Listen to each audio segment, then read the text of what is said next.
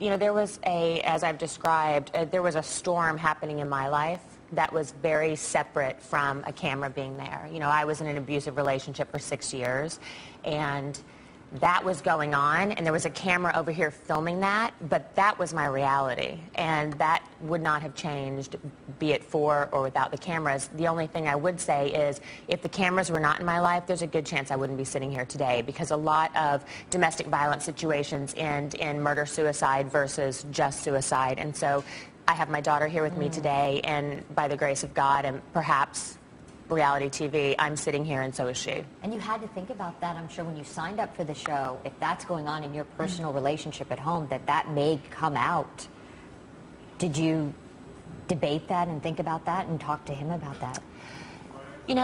I have said, and I believe that subconsciously I may have signed up for the show to try and allow my problems to be in the public eye to some extent, because again, it was my saving grace. And going through that for so long, and then having the ability to find a platform of my own, which is what I really want to focus on now, is helping women who are in a dangerous situation find a platform, find a financial source to get them out of that situation before something tragic happens. Some might say, though, that with this kind of spotlight comes a great deal of criticism.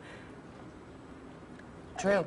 Absolutely. And I would wonder if given what's happened to you, I just don't, as another woman, I don't want you to go through that. Do you know what I mean? You know what I'm saying? Right. Thank you. It seems that you're in a place where you're going to get good support, and then you're going to get an awful lot of criticism.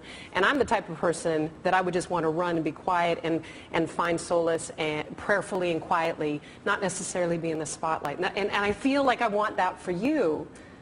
Right.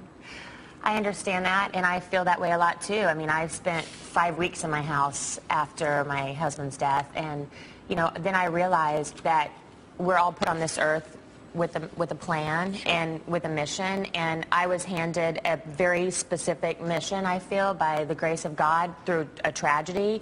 And now if I don't go and do something with it, then I'm not doing the right thing by other women and men that could potentially be in a dangerous situation. I want to get to all the things you're doing, but I got to just revisit what you said, because it's a pretty extraordinary remark that if not for the show, you think it's entirely possible that the violent events that took place with your husband might have engulfed both you and potentially your daughter as well? Yes. I mean, I know that you probably know that I have a titanium implant holding my right eye up now. I mean, that's a pretty significant situation. And I'm thankful to be here, and especially for my daughter. I mean, imagine if she had 2 less parents instead of 1. It's been hard enough for her and I feel thankful at this point.